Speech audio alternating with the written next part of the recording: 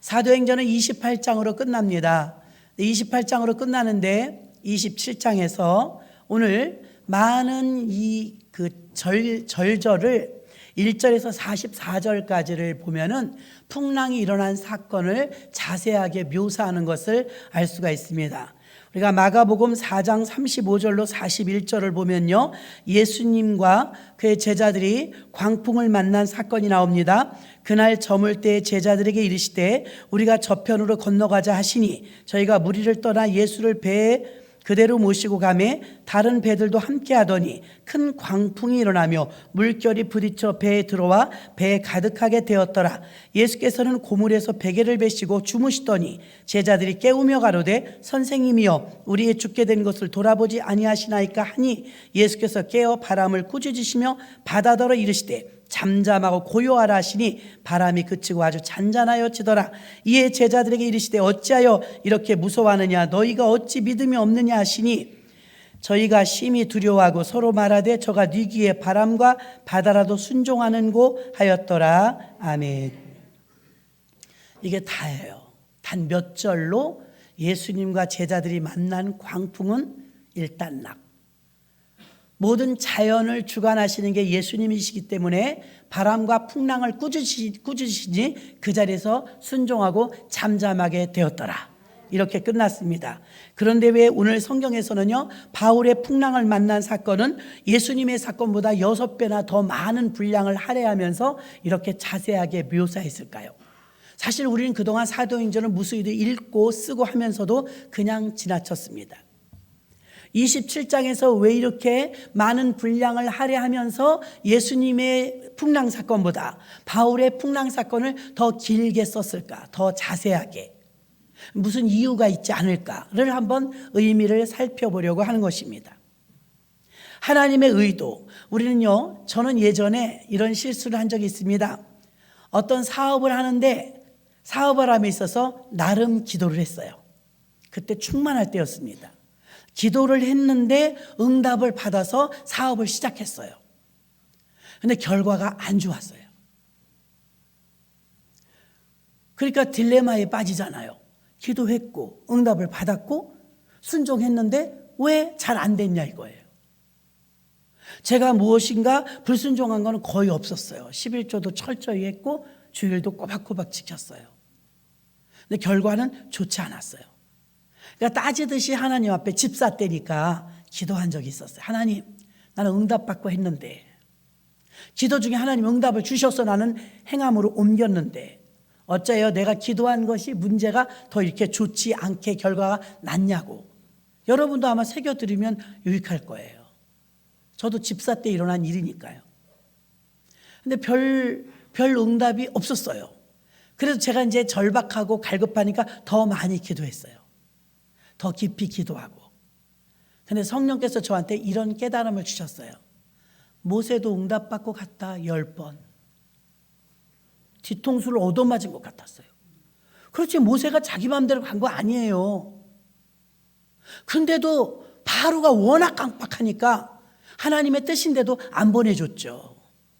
또 하나는 하나님이 바로가 그렇게 강팍한 것도 아셨어요. 그렇잖아요? 그런데 어떻게 됐습니까? 그럼에도 불구하고 10번이나 갔는데도 10번이나 퇴짜 맞았죠. 여기서 딜레마에 빠지지 않겠어요? 응답 받았는데. 분명히 하나님께 기도해서 모세가 가래서 간 거예요. 자기 생각으로 간 게 아니에요. 그런데도 갈 때마다 깨졌죠. 그래가지고 응답을 자기 편에서 생각할 때 응답을 받지 못한 거예요.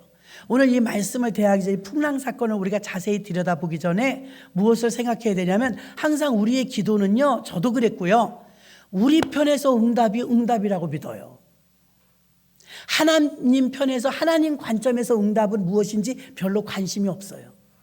내가 의도한 대로, 내가 기도한 대로, 내가 생각한 대로 응답받았으면 와, 나 응답받았다. 우리 아들 잘 되라고, 내 문제 해결해 달라고, 물질 문제 해결해 달라고 기도했더니 하나님께서 응답하셨다. 그것도 응답일 수 있지만요, 내가 기도한 대로 되지 않았어도 하나님 편에서 하나님 관점에서 응답일 때가 있습니다. 저희 교단의 어느 목사님이 남산 밑에 빌라가 하나 있었대요. 그때 옛날에 IMF가 또 이렇게 어려웠잖아요. 그 어려우니까 집값이 막 내려가는 거예요. 집값이 막 떨어지면서 너무 기가 막힌 가격으로 전세를 낼 수밖에 없었대요. 그때 당시 돈으로 2천만 원에 전세를 줬대요. 평균 한 5천, 6천 하던 전세가 그렇게 떨어진 거예요. 하나님, 이거 큰일 났습니다. 전세를 보태서 내줘갖고 이렇게 이제 싸게 들어왔다고. 그리고 세월이 좀 지났습니다. 그리고 이제 개척을 하게 되었어요. 개척을 하게 되는데 그동안 이제 모든 경기가 풀린 거죠. 그리고 나서 가서 물어본 거예요. 집값을요. 여기 지금 전세는 얼마 받을 수 있습니까? 예, 1억 2천 받습니다. 매매는 얼마 받을 수 있습니까? 예, 1억 5천 받을 수 있습니다. 깜짝 놀란 거예요. 전세 2천밖에 안 하던 게 전세 1억 2천이 된 거예요. 우리 편에서는 응답이 아니었어요. 그때는 너무 어려웠으니까요. 전세금을 물어주려니 얼마나 힘들었겠어요. 나중에 하나님의 일을 하려고 딱 보니까는 목돈이 되는 거예요. 그래서 강원도 쪽에요, 건물을 사가지고 개척하셨어요. 아멘. 우리는 모른다고요. 한 치 앞밖에 모르니까요. 모세도 마찬가지입니다. 10번을 응답받고 갔지만 10번을 계속 퇴짜 맞았어요. 그러면 하나님은 응답을 안 해주신 건가요? 아니요, 응답은 하신 거 맞아요. 만약에 한 번에 바로가 보내줬다면 이스라엘 백성들은 하나님께 감사하기보단 바로 왕에게 고맙다고 했을 거예요. 근데 그 진을 빼면서 보내주니까 진정한 감사를 알게 된 줄 믿습니다. 그래서 우리 편에서 응답만 응답이 아니고 하나님 편에서 응답일 때는 더 좋게 해주시려고 그렇습니다. 자, 오늘 이 풍랑이 만난 사건 속에서요, 아수라장이 되었습니다. 아비규환이에요. 얼마나 많은 사람들이 276명이 탔는데 그 배에 276명이, 저는 3시간 반 타는 이 배가 막 출렁거리는 것도 너무 괴로웠어요. 14시간도 아니고 14일을 풍랑 속에서 배 안에 갇혀있는 276명은 구원의 여망이 없다고는 성경에 나옵니다. 살 수 없다고, 가망이 없다고 모두가 생각했어요. 모두가 절망일 때 하나님께서 바울에게 말씀하셨습니다. 너는 가이사 앞에 서야 하겠고, 지난주에 말씀드린 것처럼 가이사는 로마 황제고요, 로마 황제는 로마에 있습니다. 그럼 지금 항해하는 이 항로에서 지금 죽지 않는다는 확신은 무엇이냐? 가이사 앞에 선다고 하니까 로마로 가게 된다, 이 말입니다. 그 말에 힘을 얻고 그 시리에 빠진 자들 아비규환 속에서 중내 산해하는 사람들 앞에서, 여러분, 내가 섬기는 하나님이 제게 말씀하셨습니다. 배는 파편될 수 있으나 우리 사람은 죽지 않습니다. 하나님께서 제가 가이사 앞에 간다고 말씀하셨으니 나는 그 말을 믿습니다 하고 복음을 선포한 줄 믿습니다. 모두가 불행해 있을 때, 모두가 두려움에 떨고 있을 때, 모두가 갈팡질팡할 때 누군가는 희망의 소리를 해야 되지 않겠습니까? 오늘 말씀 속에 보니까요, 출발할 때 이런 일이 있습니다. 27장 9절에서 보니까 바울이 기도하는 종이니까 선장이 있습니다. 배를 운전하는 사람, 선주가 있습니다. 배 주인, 그 다음에 백부장이 있습니다. 죄인들을 호송하는 책임자. 중요한 사람이 3사람이에요. 백부장, 선주, 선장. 거기에 비하면 바울은 죄수예요. 호송되는 길이니까요. 근데 바울이 자기가 뭐라고 거기서 발언권을 가지고 말했어요. 여러분, 지금 겨울에 배를 타는 거 위험합니다. 요 시기가 좀 지난 다음에 배를 타야 될 것 같습니다. 지금 배를 타고 우리가 항해를 하면 많이 위험해요. 지중해를 건널 수가 없을지도 모릅니다. 그러면서 사람도 위험하고 배도 위험하니까 며칠 더 있다 갑시다, 이렇게 말했어요. 10절에서 배만 아니라 우리 생명에도 타격과 많은 손해가 있으리이다 하되, 11절 보십시오. 백부장이 선장과 선주의 말을 바울의 말보다 더 믿더라. 우리 같아도 선장과 선주의 말을 더 듣지 죄수의 말을 듣겠습니까? 여러분은 누구의 말을 듣고 움직이십니까? 바울은 기도하는 종이고 선장도 이 많은 사람이 276명의 생명을 짊어졌으니까 책임감이 막중해요. 선주는 더 말할 것도 없어 배 주인이에요.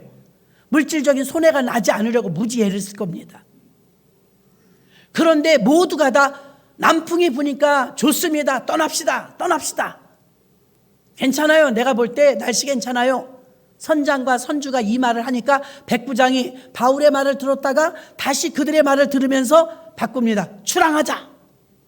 출발했습니다. 근데 성경은 뭐라고 말합니까? 곧바로 남풍이 순하게 불매 13절에서 남풍이 순하게 불었지만 14절 얼마 못 돼요 이렇게 나와요. 얼마 못 돼요? 섬 가운데 유라굴루라고 하는 광풍이 대작하니 남풍이 불어야 되는데 북동풍이 갑자기 세게 부는 거예요. 바람에는 배가 속수무책입니다. 한없이 떠밀려가는 거예요. 그래서 거루를 잡고 난리를 치지만 18절에 우리가 풍랑으로 심히 애쓰다가 이튿날 사공들이 짐을 바다에 풀어버리고 이제 재산이 나가기 시작하는 거예요. 또 사흘째 되는 날에는 배의 기구를 내버리고 배를 가볍게 하기 위해서 안간힘을 쓰는 겁니다. 20절은 더 기가 막힙니다. 여러 날 동안 해와 별이 보이지 아니하고 큰 풍랑이 그대로 있음에 구원의 여망이 다 없어졌더라. 무슨 말입니까? 하늘이 깜깜한 상태에서 며칠이 지나는 거예요. 얼마나 무섭겠어요. 여러 사람이 21절에 오래 먹지 못하여 밥도 못 먹고 배에 시달리는 거예요. 지금 겪어보지 않은 사람이 이거 모릅니다. 이 고통을. 멀미도 심하고 모습도 많이 흐트러졌을 것이고 정신은 더 산만하죠. 야, 이러다 죽는 거 아니야? 구원의 여망이 없다고 말하는 것은 야 이대로 있다가 우리 죽겠다. 위기를 느꼈다는 것을 말합니다. 그때 사도 바울이 다시 일어섰습니다. 그러게 내가 출발하지 말자고 하지 않았습니까? 출발을 그레데 항구에서 하지 않았더라면 좋을 뻔하였습니다. 그 말하고 바로 뭐라고 말합니까? 그러나 여러분 걱정하지 마십시오. 내가 섬기는 하나님은 반드시 우리를 살려주실 것입니다.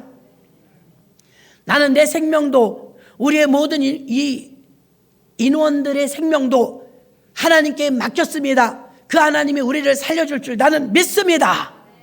이렇게 복음을 선포했습니다.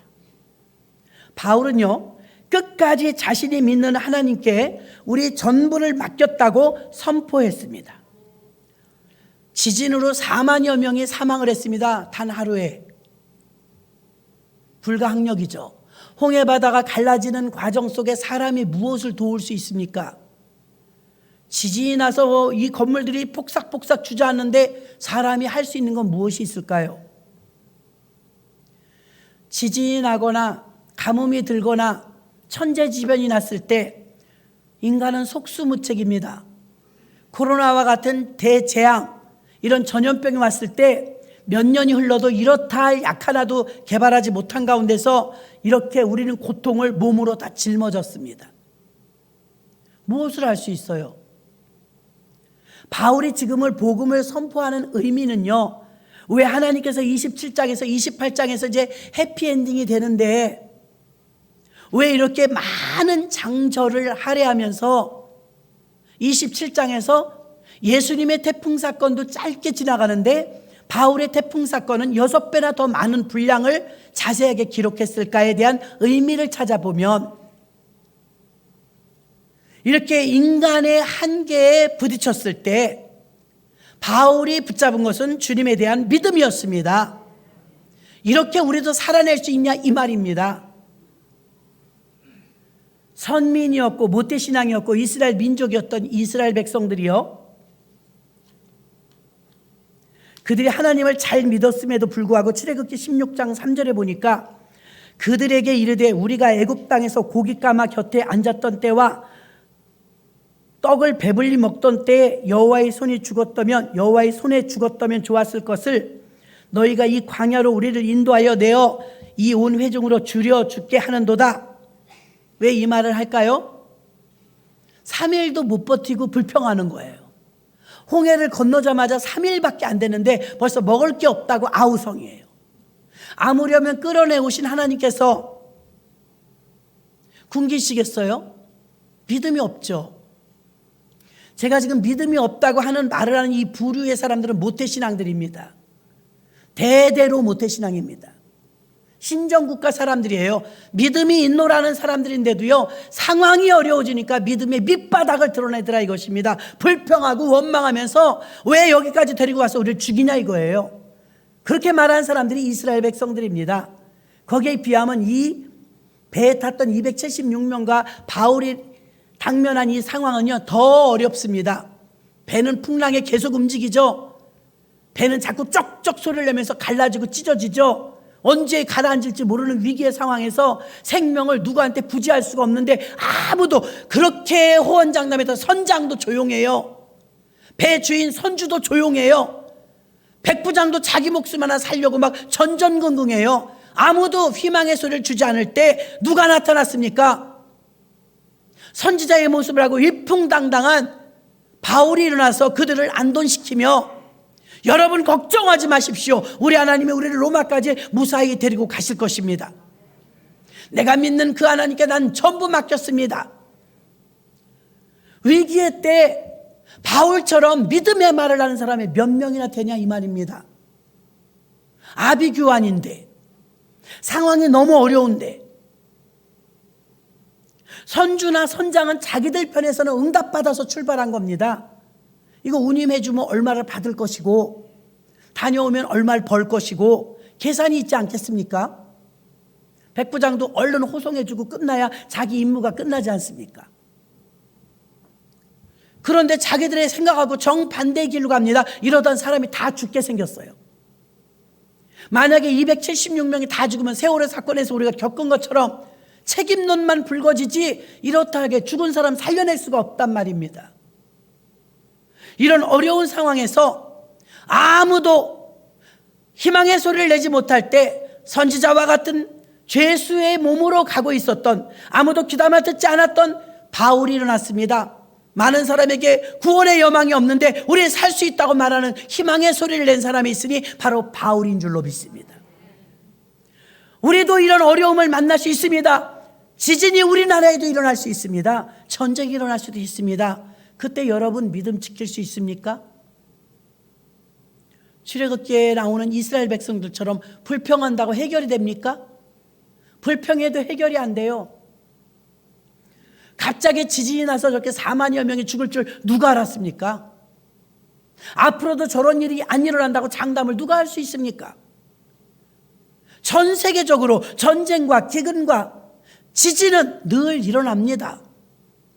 그때 우리의 믿음이 빛을 발해야 되는데, 여러분의 믿음은 성경 말씀 들을 때 교회 와서 아멘하지만 실제적으로 삶 속에서 그렇게 믿음으로 살아낸다는 건 쉽지 않습니다. 바울이 지금 오늘 첫 번째 우리에게 알려주는 메시지는, 하나님의 의도는 아무리 환란이 오고 아비규환 속이라 할지라도 믿음을 가진 자를 찾는다 이 말입니다.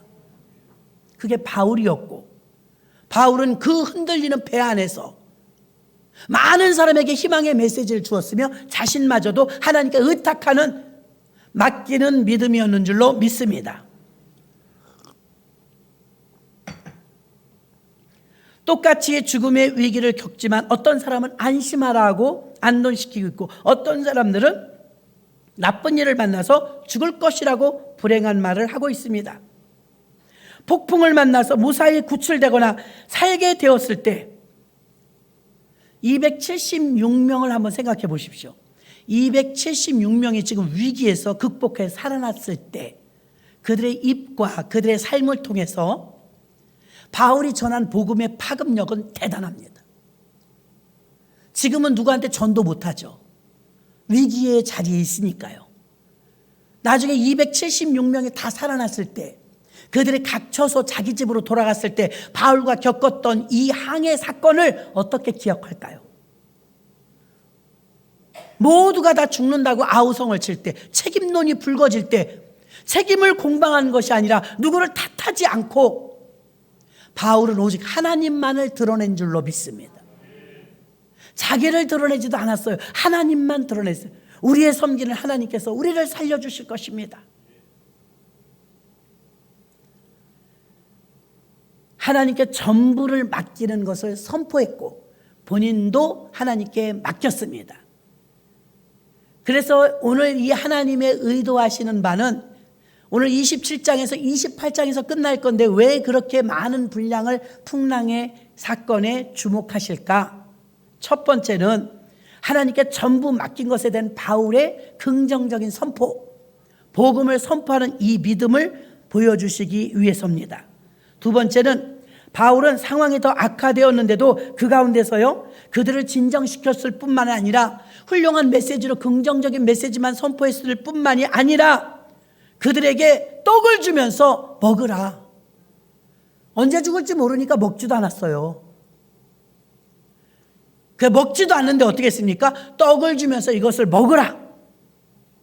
30절에 보니까 사공들이 도망하고자 하여 이물에서 닻을 내리는 채하고 거룻배를 배 바다에 내려놓거늘. 거룻배는 구명 보트예요. 그 대신 다 탈 수가 없죠. 일부 몇 명만 탈 수 있는 구명 보트예요. 떡을 주면서 뭐라고 말하냐면 암담하고 고통스러운 상황 속에 있지만 떡을 들고서 우르르 축사했습니다. 오늘 성경에 나오는 축사를 사전에 찾아보면 감사기도 이렇게 나와요. 여러분 과연 저는 여러분들 중에서요 저에게 목사님 이런 일이 있어요. 하나님께 감사해야 되는데 목사님 감사가 나와요? 이거 손해봤는데요? 이렇게 내가 피해를 봤는데요? 어떻게 감사가 나와요? 감사 나올 조건이 아니에요. 예, 맞습니다. 오늘 이 풍랑을 만나는 암담한 상황에서 인생의 풍랑을 만날 수 있는 우리들에게 오늘 주시는 메시지는 이와 같습니다. 감사하느냐? 떡을 먹으면서 감사 기도하고 줬다는 거예요. 사람들은 놀랬을 거예요. 이 상황에 무슨 감사? 배를 안 탔어야 감사지. 풍랑이 안 일어났어야 감사지. 풍랑이 일어난 상태에서 하나님의 선하신 의도는 그 어려운 상황에서도 하나님께 감사하는 믿음을 보이는 자가 있느냐 이것입니다. 바울은 감사 기도를 드렸습니다. 여러분은 어떠십니까? 목사님 말씀이라고 하세요. 상황이 어려운데 어떻게 감사를 해요? 마귀가 가장 두려워하는 게 감사입니다. 마귀가 떠나는 비결도 감사입니다. 하나님이 원하시는 제사는 감사합니다. 근데 우리는 하나님이 원하시는 제사를 드리기보다 내가 원하는 불평, 불만, 투정 알아달라 이거예요. 알아달라.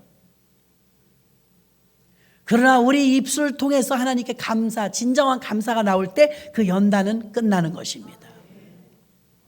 감사했더라. 이제 사공도 못 믿습니다.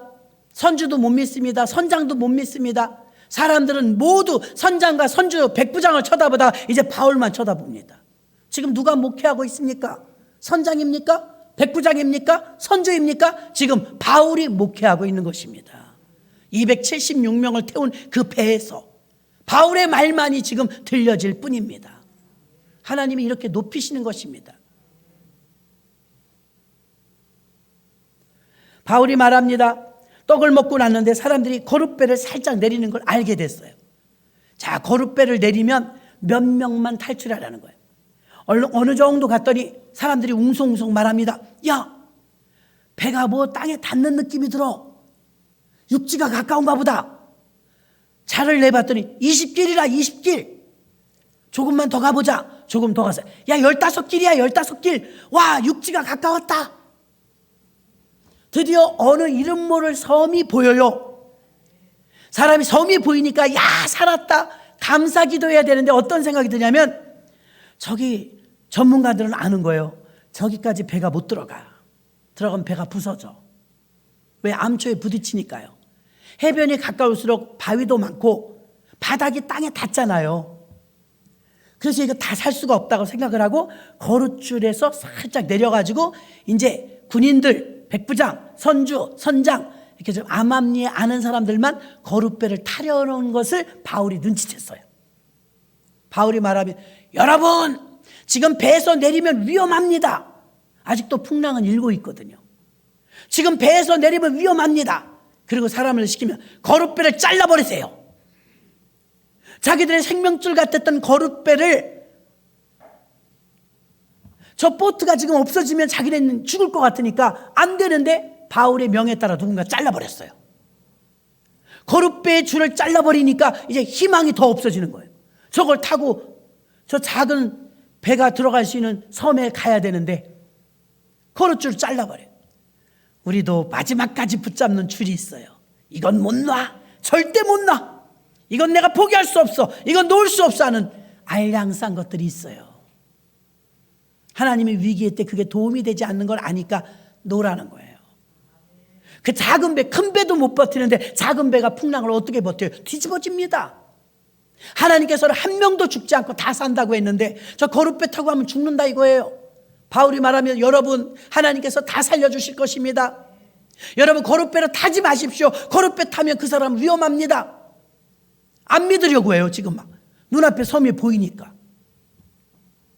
이 긴박한 상황은 우리가 접해보지 않으면 몰라요. 여러분, 남의 아주 암담한 상황을요 이야기를 들어도요 내가 별로 와닿진 않아요. 내 문제가 아니니까요. 여러분의 문제라고 생각하면 굉장히 지금 심각합니다. 아비규 아닙니다. 근데 거룻배를 잘라버렸어요. 거룻줄을. 믿음이 되지 않고 내가 믿음의 그 대상을 거룻배로 옮겼는데 그걸 잘라버리니까 희망이 없어진 거예요. 큰일 났다, 큰일 났어. 사람들이 소리 지릅니다. 깜깜하니까 잘 안 보이는데 섬이다. 멜리데 섬, 피난처란 뜻입니다. 멜리데 섬, 섬이다. 누군가 소리 질렀어요. 그랬더니 장정들, 죄수이지만 수영을 할 줄 아는 사람들이 풍덩풍덩 빠져들기 시작하는 거예요. 그러니까 백부장이 깜짝 놀라요. 군인들이 말합니다. 백부장에게, 백부장님 큰일 났습니다. 죄수들이 탈출해요. 그 자리에서 사살할까요? 사살? 죽일까요? 그렇게 죽이다 바울까지 죽일까 봐 이 백부장은 바울을 보호하려고 했어요. 아니라 아예 자유롭게 두자. 섬에서 도망가봐 어딜 가겠냐? 그러면서 이렇게 말합니다. 여러분 276명이니까 뭐 아비규 아닙니다. 여러분 중에 수영을 하실 수 있는 분들은 다 뛰어내려서 헤엄쳐 가십시오. 노약자들은 그대로 남으세요. 수영을 하실 수 있는 분들은 헤엄쳐서 섬으로 가서 해변에서 만나요. 이렇게 된 거예요. 굉장히 긴박한 상황이에요. 그랬더니 수영을 할 줄 아는 사람들은 죄수고 평민이고 막 다 똑같아진 거예요 지금. 그래갖고 막 수영을 해가지고서 허푸허푸 하면서 가는데 노약자들은 수영 못하자는 사람이 있잖아요. 널쩍한 널빤지들을 모아가지고 보트를 만든 거죠. 널빤지들을 띄워가지고서 이제 거룻배도 없잖아요.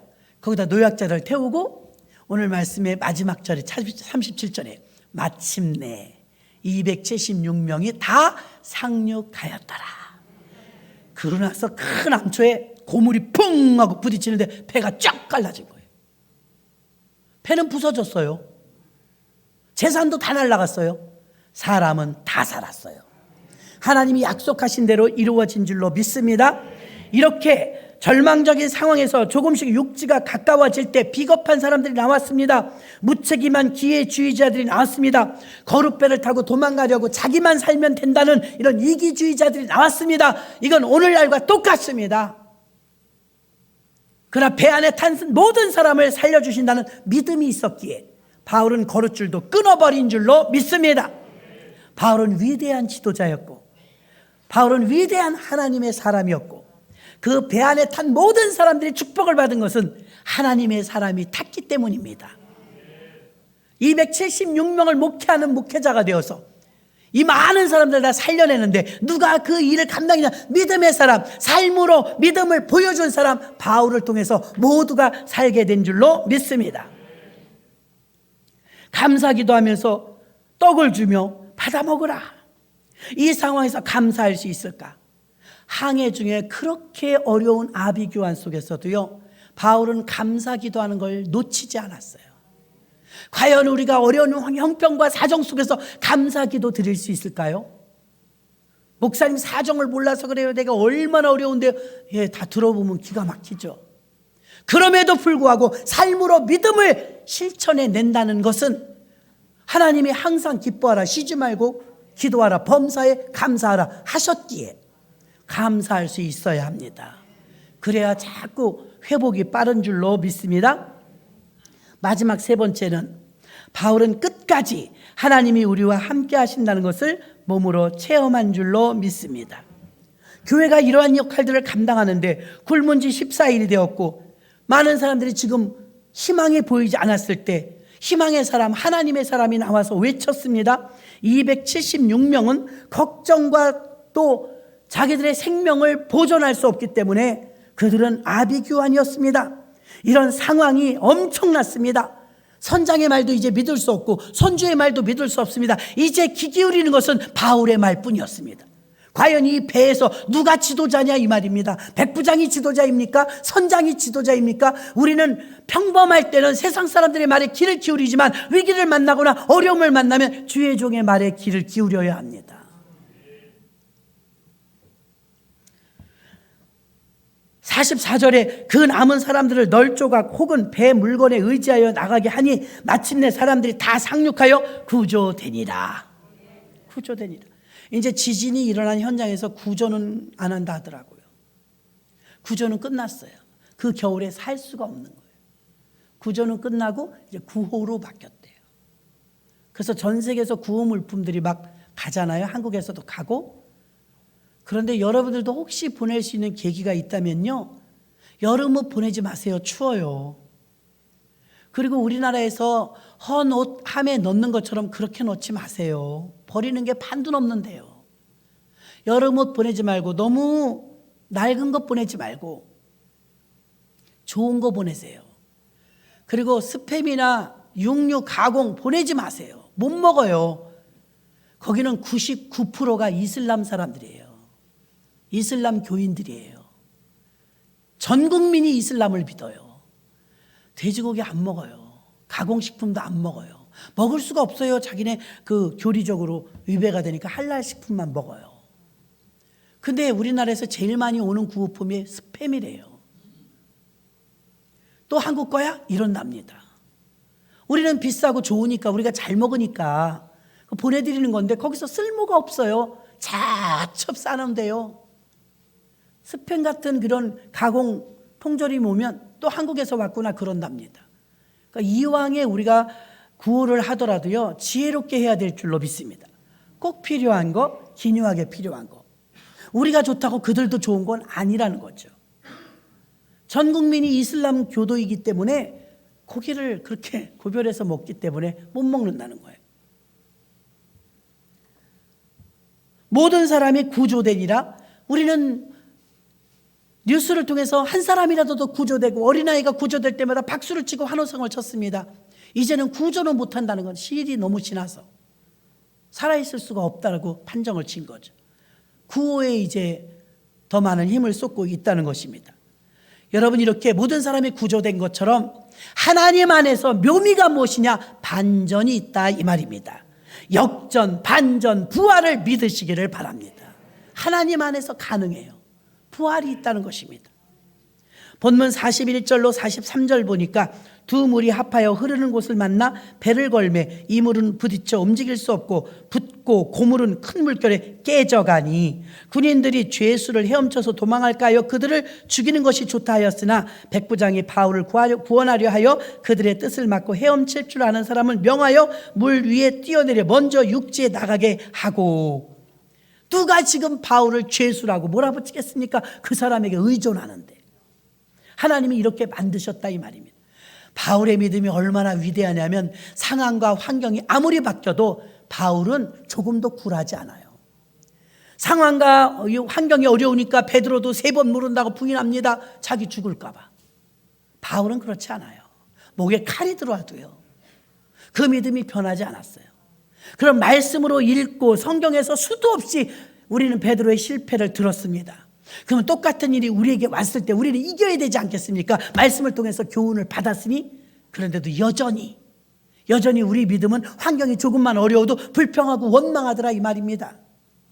오늘 이렇게 길게 항해 사건을 기록한 이유는, 하나님의 의도는 바울을 봐라, 내 종 바울을 봐라, 환경이 아무리 바뀌어도 믿음이 바뀌지 않지 않느냐를 보여주고 있는 줄로 믿습니다.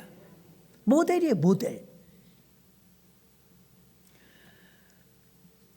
그래서 이제까지 바울에 대한 기록에는 그가 죄수이지만 능력을 행하는 선지자로 위풍당당하게 쓰임받은 것을 알 수가 있고, 바울이 겪게 만드시는 하나님의 의도는 하나님의 말씀을 바울이 그대로 믿었으며 하나님을 높이는 일에 최선을 다해 선포했으며 하나님께 감사하는 것을 놓치지 않았고, 하나님의 주권과 섭리를 몸소 체험하며 주님께 맡겼을 때 하나님 그 믿음대로 이루어 주신 줄 믿습니다.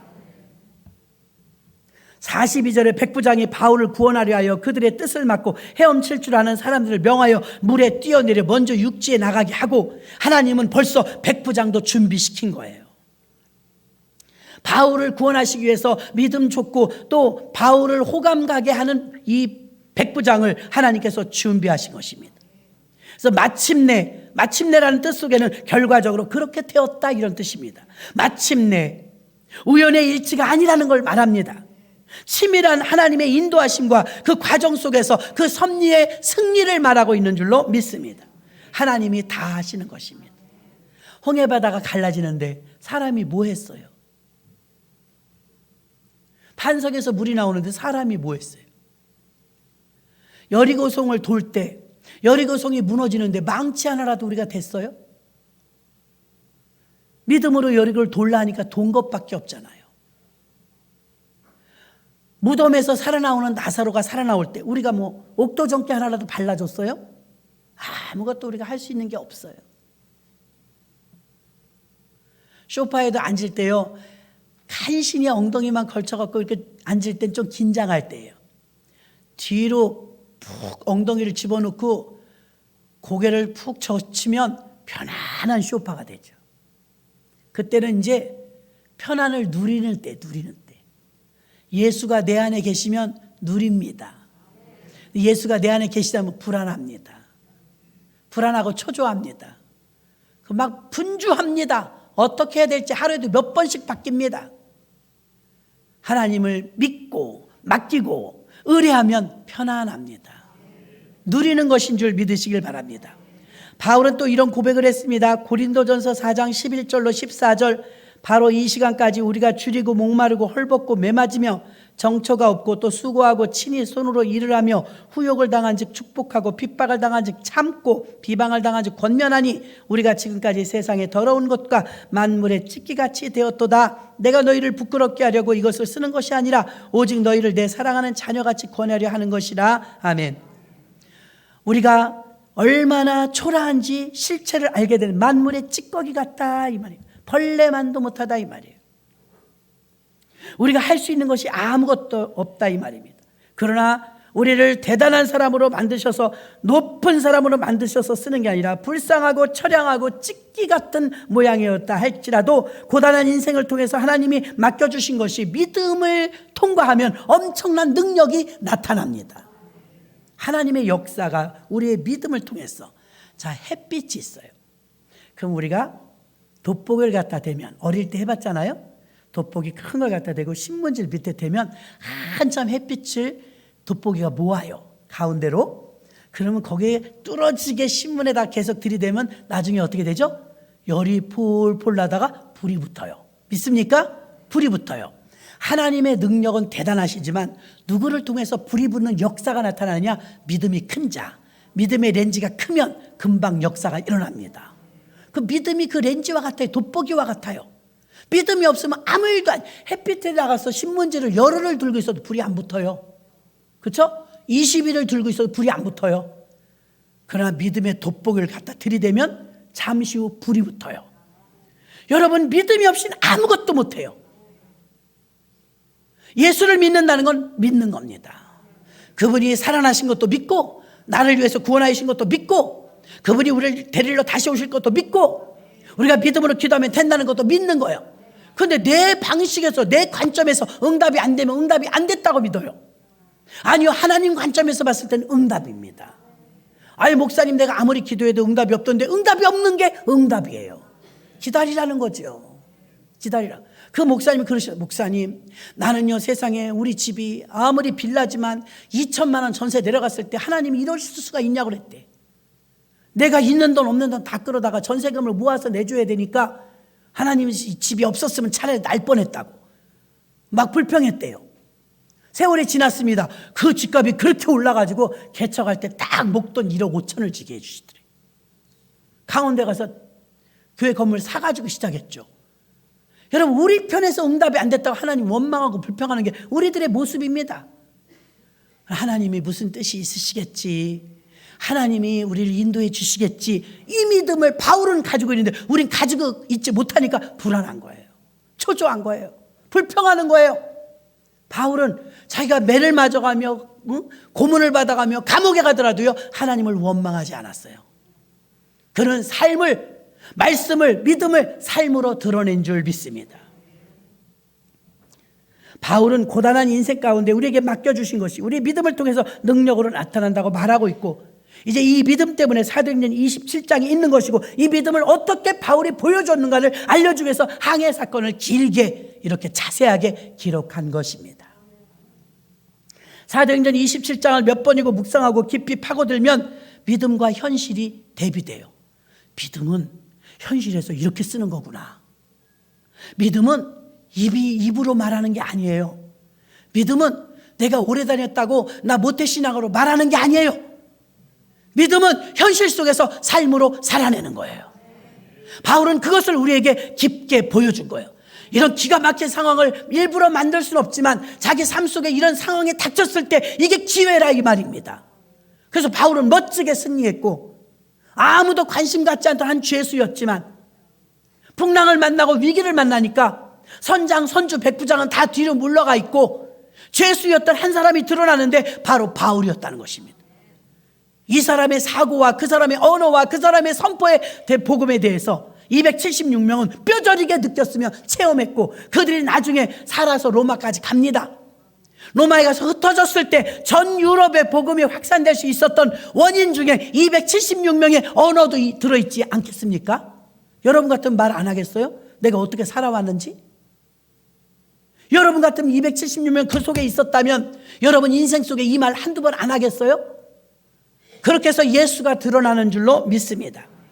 사도 바울은 폭풍 속에서도 하나님 말씀을 들었습니다. 기도했습니다. 하나님 말씀을 또 선포했습니다. 하나님 말씀을 실천했습니다. 단순히 유라굴로 강풍에서 살아남았다는 이야기를 적는 게 아닙니다. 어떤 과정을 통해서 어떻게 살았는지를 믿음으로 산 바울의 이 삶을 보여준 줄 믿습니다. 하나님이 본문 말씀을 통해서 의도하신 것은 사도행전 27장에서 만나는 하나님의 말씀을 삶으로 살아낸 믿음의 체험을 바울을 통해서 조명하시면서 이 삶이 우리 삶 속에 적용되기를 간절히 원하는 것입니다. 우리 인생을 살다 보면 몸이 아플 때도 있고 환난을 만날 때, 풍랑을 만날 때도 있지만 믿음이 있으면 달라야죠. 믿음 있는 사람은 바울처럼 살아야 될 줄로 믿습니다. 하나님을 높이십시오. 하나님을 드러내십시오. 하나님의 사람답게 사십시오. 말씀을 정리합니다. 바울은 끝까지 자신이 믿는 하나님께 자신의 전부를 맡겼음을 많은 사람 앞에 선포했습니다. 말씀을 듣고 복음이 전파되고 말씀을 실천했죠. 바울은 상황이 더 악화된다 할지라도 감사 기도를 드렸습니다. 바울은 끝까지 하나님이 함께 하신다는 것을 몸으로 체험하고 276명 머리털 하나도 상치 않는다는 걸 믿고 거룻줄을 타고 출발하고 탈출하는 자들을 막아서 276명 전체를 살려낸 줄 믿습니다. 하마터면 이기주의였던 사람, 또 환경 속에서 어떤 그 힘을 가지고 있어서 이 거룻배를 타려고 했던 그 위의 조직들이 자기들이 살려고 내려갔지만 그들이 정말 거룻배를 탔으면 죽었을 것입니다.